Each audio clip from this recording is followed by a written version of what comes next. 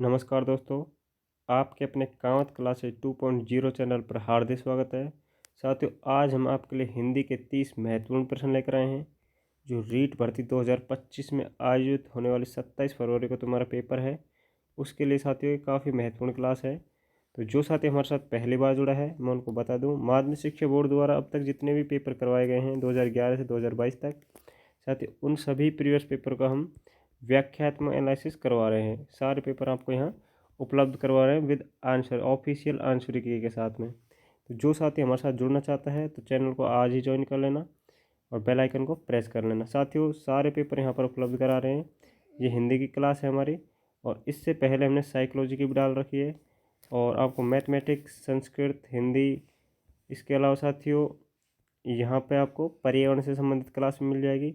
L1 L2 ये दोनों के लिए साथियों काफ़ी महत्वपूर्ण क्लास होने वाली है। तो जो साथी हमारे साथ जुड़ना चाहता है वो साथियों चैनल को ज्वाइन जरूर कर लेना। ये सारे प्रीवियस पेपर आपके लिए काफ़ी महत्वपूर्ण होने वाले हैं रीट पात्रता के लिए, क्योंकि साथियों यहीं से प्रश्न अक्सर बार बार एग्जाम में देखने को मिलते हैं। माध्यमिक शिक्षा बोर्ड है जो आपके लिए यहाँ से बार बार प्रश्नों को क्या करती है, रिपीट करती है। तो साथियों किस तरह के प्रश्न पूछे जाते हैं पेपर में, ये सभी का हम व्याख्यात्मक एनालिसिस करेंगे। तो जो पहला प्रश्न हमारा साथी पूछा गया वो है, मुझे वहाँ जाना है। वाक्य में रेखांकित पदबंध का प्रकार है। तो इसमें हमको पदबंध बताना है कि कौन सा पदबंध है, मुझे वहाँ जाना है। रेखांकित पद जो है साथी वो है मुझे, तो मुझे के हिसाब से हमको उत्तर देना है। इसमें संज्ञा पदबंध है, सर्वनाम पदबंध है, विशेषण पदबंध है, ये समास पदबंध है। तो इसका सही उत्तर हमको बताना है। मुझे जो शब्द है साथियों एक प्रकार का सर्वनाम है, और सर्वनाम पदबंध इसमें आंसर होगा। बी ऑप्शन बिल्कुल करेक्ट आंसर होगा। साथियों मैं आपको बता दूं, जो रीट भर्ती परीक्षा 2025 है उसमें आपको 4 ऑप्शन नहीं साथियों 5 ऑप्शन देखने को मिलेंगे। ठीक है, तो वहाँ पे 5 में से एक को अटेम्प्ट करना है।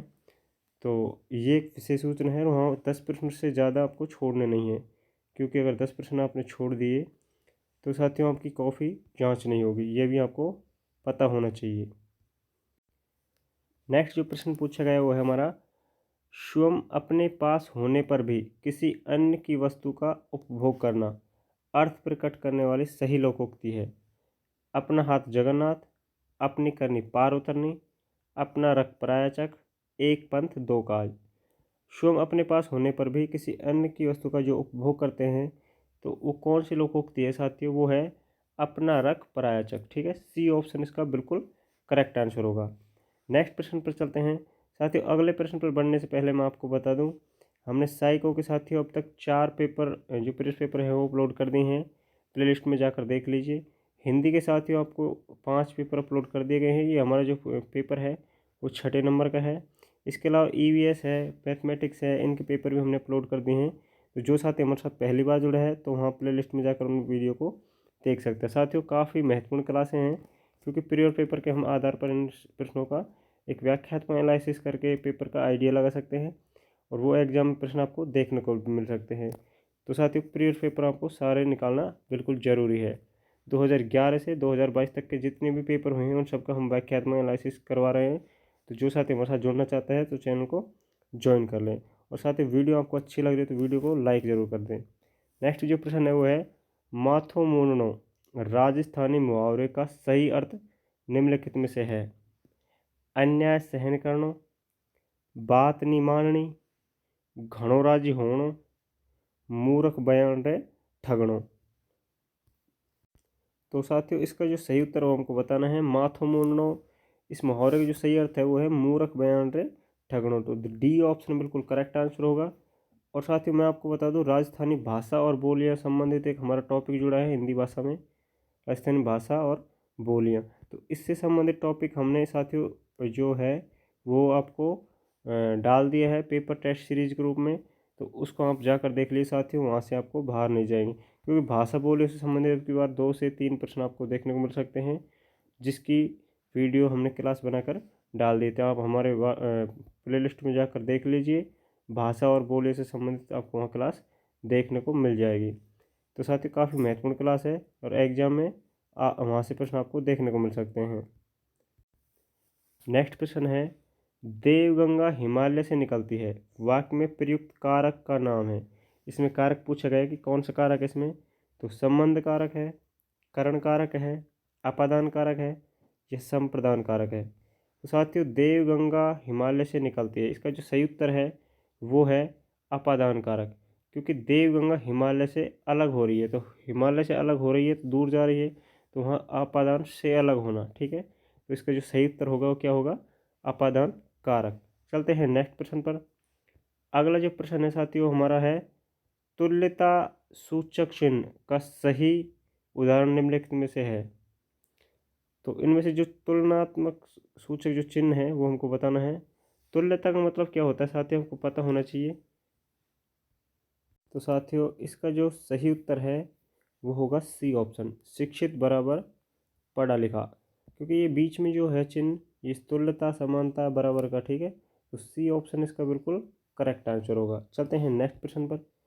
अगला जो प्रश्न पूछा गया वो है, किंडरगार्टन जर्मन भाषा का शब्द है जिसका सही अभिप्राय है। इसका जो अर्थ है वो हमको बताना है।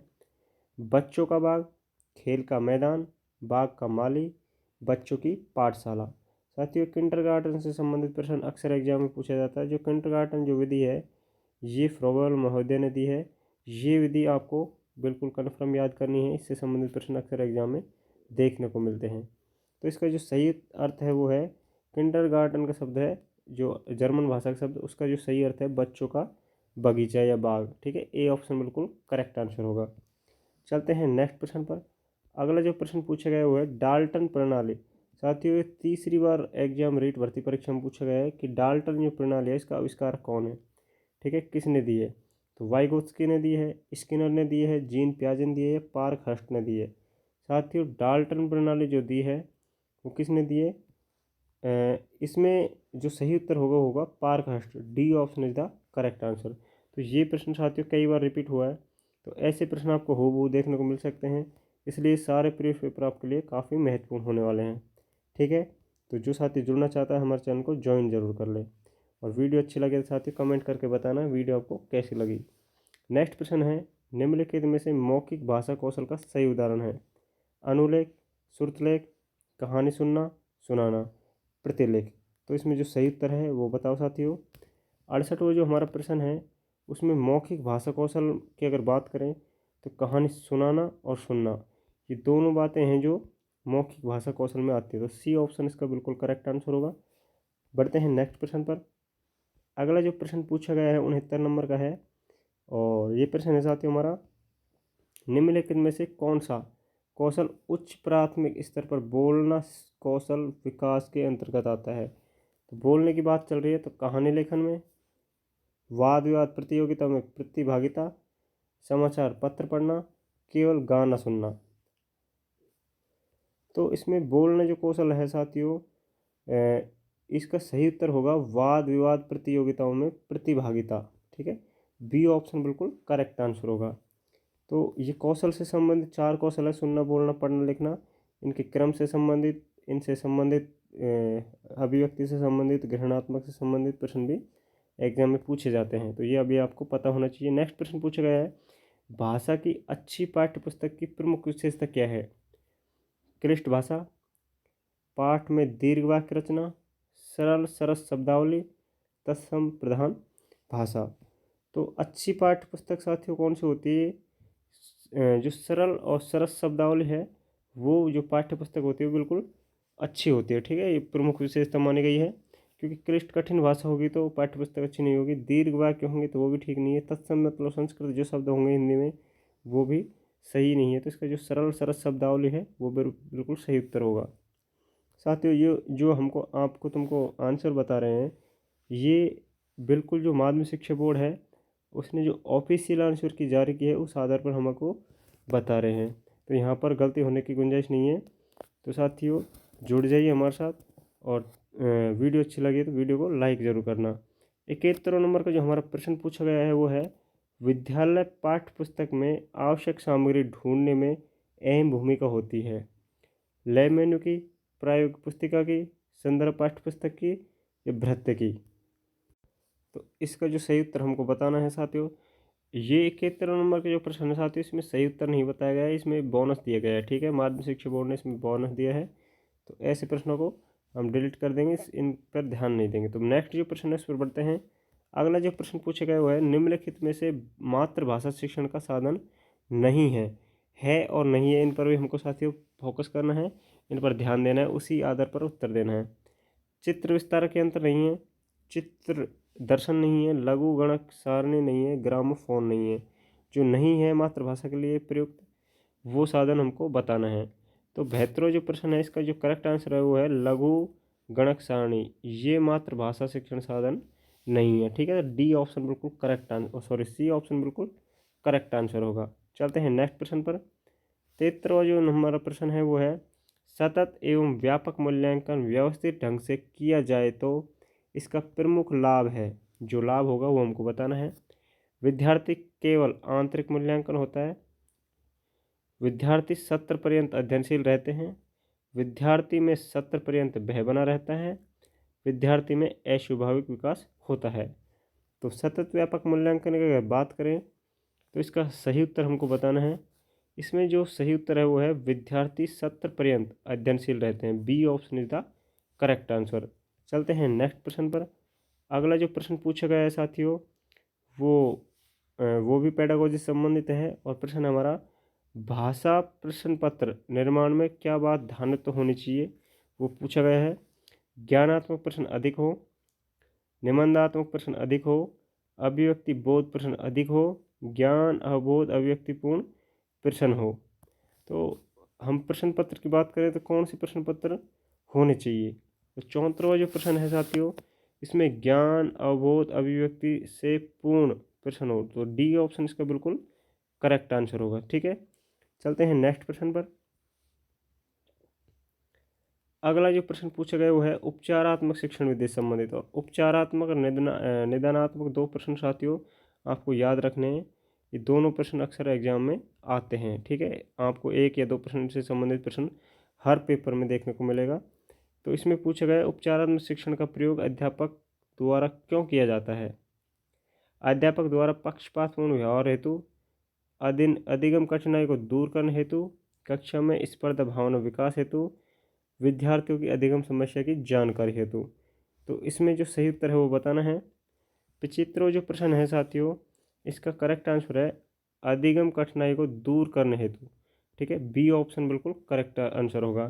साथियों उपचारात्मक शिक्षण तो होता है जो अधिगम में कठिनाई आती है उनको दूर किया जाता है, समस्या का समाधान किया जाता है।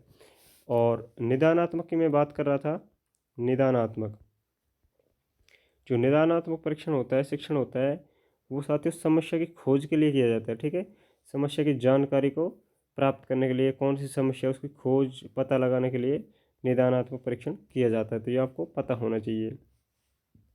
नेक्स्ट प्रश्न है वो गद्यांश से संबंधित है साथियों। 76 से 85 नंबर तक जो प्रश्न है गद्यांश को पढ़ के उनका जवाब देना है। जो गद्यांश है साथियों आपके सामने स्क्रीन पे, इस गद्यांश को पढ़ के हमको कुछ प्रश्नों के जवाब देने हैं। नेक्स्ट प्रश्न है साथियों 76 नंबर का हमारा, वो है उच्चारण स्थान के आधार पर पै फै बै भै मै ऊ भू ऊ जो स्वरयुक्त व्यंजन है वो कहलाते हैं। ये साथियों व्यंजन है कौन से कहलाते हैं, इनका उच्चारण स्थान क्या है? तालव्य है, ओष्ठ है, कंठ है या दंत है? तो इनका जो उच्चारण स्थान है वो हमको बताना है साथियों। पे फे बे भे ऊ है जो इनका उच्चारण स्थान है वो है बी ऑप्शन, ओष्ठ इनके उच्चारण स्थान है। तालव में साथियों क्या आएगा आपको ये याद होना चाहिए। कंठ में क्या आएगा, दंतु में क्या आएगा, क्योंकि इनसे संबंधित संस्कृत भाषा में पूछे जाते हैं और हिंदी भाषा में भी, तो ये आपको पता होना चाहिए। चलते हैं नेक्स्ट प्रश्न पर। अगला जो प्रश्न पूछा गया हुआ है काम शब्द का तत्सम रूप है क्रम, कम, कर्म, काज। तो दोस्तों इसका जो सही उत्तर है वो बताना है, तत्सम शब्द बताना है काम का। तो इसका सही उत्तर है कर्म। ठीक है, सी ऑप्शन बिल्कुल करेक्ट आंसर होगा। जो कर्म है काम शब्द का तत्सम रूप है। नेक्स्ट प्रश्न चलते हैं। 78 नंबर का हमारा प्रश्न है दोस्तों, उदार और उद्दार युग्म का सही अर्थ बताना है। पहला ऑप्शन है तटस्थ या वितराग। नेक्स्ट ऑप्शन है दार्शनिक निष्पक्ष। सी ऑप्शन है मुक्त हृदय त्राण और डी ऑप्शन है मोक्ष बचाओ। तो उदार और उद्दार साथियों इसका सही उत्तर बताना है। तो जो उदार शब्द है उसका अर्थ तो होता है मुक्त हृदय, और उद्धार का मतलब होता है त्राण। ठीक है, तो सी ऑप्शन इसका क्या होगा, बिल्कुल करेक्ट उत्तर होगा। ठीक है, तो बढ़ते हैं नेक्स्ट प्रश्न पर। अगला प्रश्न पूछा गया है, निम्नलिखित में से ए उपसर्ग के उदाहरण हैं। तो जिसमें ए उपसर्ग के उदाहरण हैं वो हमको बताने हैं। अप्रिय अधीर, अवगत अवगम, अनुज अनुग्रह, अनुरूप अवतार। तो 79 नंबर का जो हमारा प्रश्न है साथियों, इसका सही उत्तर होगा अप्रिय अधीर। ठीक है, क्योंकि ए हटा देंगे तो प्रिय शब्द में रह जाएगा मूल, और इसमें से ए हटा देंगे तो धीर शब्द हो जाएगा। तो पहला ऑप्शन इसका बिल्कुल करेक्ट आंसर है। नेक्स्ट प्रश्न चलते हैं साथियों। अगला प्रश्न है, जीवन शब्द में प्रत्यय है वन, अत, अन, न। तो जीवन में जो प्रत्यय जुड़ा हुआ है वो कौन सा है, ये हमको बताना है। तो इसका जो करेक्ट उत्तर है वो है, जीवन की अगर बात करें तो साथियों अन जो प्रत्यय है इसमें अन भी है और एक न है, क्योंकि अन हटा देंगे तब भी शब्द बन जाएगा और न हटा देंगे तो भी शब्द बन जाएगा। इसलिए दोनों माध्यमिक शिक्षा बोर्ड ने इनमें सी ऑप्शन भी सही माना है और डी भी बिल्कुल करेक्ट माना है। और जो ऑफिशियल आंसर किया आपको जवाब उनके आधार पर ही हम आपको बता रहे हैं। ठीक है, बढ़ते हैं नेक्स्ट प्रश्न पर। अगला जो प्रश्न है साथी वो है समास से संबंधित। व्यवहार शब्द में निहित समास का नाम है अव्ययभाव, द्वंद्व, दिगु, तत्पुरुष। तो व्यवहार शब्द में कौन सा समास है ये हमको बताना है। साथियों मैंने अभी बताया था कि इससे पहले वाले पेपर में कि किसी भी शब्द में अगर उपसर्ग दिख रहा है तो अधिकतर वहाँ जो समास होने वाला है वो कौन सा होगा, अव्ययभाव समास। ठीक है, तो व्यवहार जो शब्द है उसमें अव्ययभाव समास होगा, क्योंकि उपसर्ग युक्त शब्दों में अव्ययभाव समास अधिकतर वही होता है। चलते हैं नेक्स्ट प्रश्न पर। अगला पूछा है संधि से संबंधित। संपत्ति शब्द का संपत्ति शब्द संधि का उदाहरण है। यण संधि का है, अयादि संधि का है, विसर्ग संधि का है, व्यंजन संधि का है। संपत्ति की अगर बात करें साथियों तो इसमें कौन सी संधि हमको बतानी है। 82 प्रश्न का जो करेक्ट आंसर है संपत्ति शब्द में जो संधि है वो है व्यंजन संधि। तो D option is the correct answer. इसका संधि विच्छेद जो होगा वो होगा सम प्लस पत्ति। ठीक है, तो ये इसका संधि विच्छेद है। और आपको संधि से संबंधित प्रश्न अक्सर एग्जाम में एक या दो रीट पात्रता में देखने को मिलेंगे, चाहे वो L1 हो या L2 हो। नेक्स्ट प्रश्न पूछा गया है, निम्नलिखित में से शब्दकोश क्रम से सही हैं। जो सही है वो हमको बताने हैं। सफल, कठिन काम, सभी, सुमति, अहंकार, ईमानदारी, नम्रता, विपत्ति, आदर, उदारता, अप्रिय। तो सही क्रम जो है वो बताना है साथियों इसमें शब्दकोश की दृष्टि से। तो जो 83 नंबर का हमारा प्रश्न है वो है ईमानदारी, नम्रता, विपत्ति। ठीक है, सी ऑप्शन इसका बिल्कुल करेक्ट आंसर है। चलते हैं नेक्स्ट प्रश्न पर। अगला जो प्रश्न है साथी वो है निम्नलिखित में से वर्तनी दृष्टि से मानक स्वरूप है सुमति, दम्भ, सदैव, अधीर। तो इसमें वर्तनी दृष्टि से जो मानक स्वरूप है वो हमको बताना है। तो 84 नंबर का जो प्रश्न है इसका जो सही उत्तर है वो है दम्भ। B option is the correct answer. चलते हैं नेक्स्ट प्रश्न पर। अगला जो प्रश्न पूछा गया वो साथियों विशेषण से संबंधित प्रश्न है। निम्नलिखित में से निश्चित परिणामवाचक विशेषण का उदाहरण है।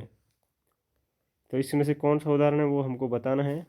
तो 85 नंबर का जो प्रश्न है साथियों वो हमारा परिणामवाचक जो विशेषण है उससे संबंधित है। इसका सही उत्तर बताना है। इसका जो करेक्ट आंसर वो है मुझे 5 किलो गुड़ चाहिए। इसमें साथियों फिक्स जो परिणाम है वो पूछा है, और तो इसका जो फिक्स परिणाम होगा वो होगा बी ऑप्शन। ठीक है साथियों, परिमाण है। ठीक है, B option is the correct answer. चलते हैं नेक्स्ट प्रश्न पर। अगले जो 5 प्रश्न है साथियों ये पद्यांश से संबंधित है, और जो हम पार्ट करा रहे हैं बी पार्ट और सेकंड जो हमारा पार्ट आता है हिंदी का, एक फर्स्ट पार्ट आता है 31 से 60 प्रश्न तक, वो फर्स्ट पार्ट होता है हिंदी भाग फर्स्ट। और जो सेकंड भाषा लेते हैं हिंदी में जो इंग्लिश लेते हैं उनके लिए हिंदी में जो सेकंड पार्ट लेते हैं वो होते हैं 61 से 90। तो वो प्रश्न है साथियों ये सेकंड लैंग्वेज जो पद्यांश से संबंधित प्रश्न आते हैं इसमें 86 से 90। तो इनमें केवल हम इस पद्यांश को पढ़ के ही उत्तर देना है। तो केवल हम इस पद्यांश को देखेंगे और इनका आंसर बताएंगे, ठीक है। इनमें कोई हमको व्याख्या करने की ज़रूरत नहीं है। तो इसमें जो 86 नंबर का प्रश्न पूछा गया है वो है साथियों, उषा ने हंस अभिनंदन किया पंक्ति से अभिप्राय है। तो इसका जो करेक्ट आंसर वो है प्रकृति के उषाकालीन रूप सौंदर्य से, ठीक है। बी ऑप्शन का बिल्कुल सही उत्तर होगा।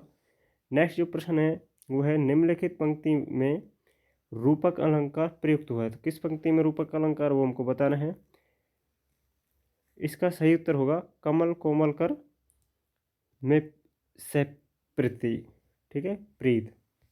नेक्स्ट जो प्रश्न है साथियों वो है बीज रूप से सृष्टि। तो पंक्ति में निहित अलंकार पूछा है, इसमें भी जो अलंकार है वो बताना है।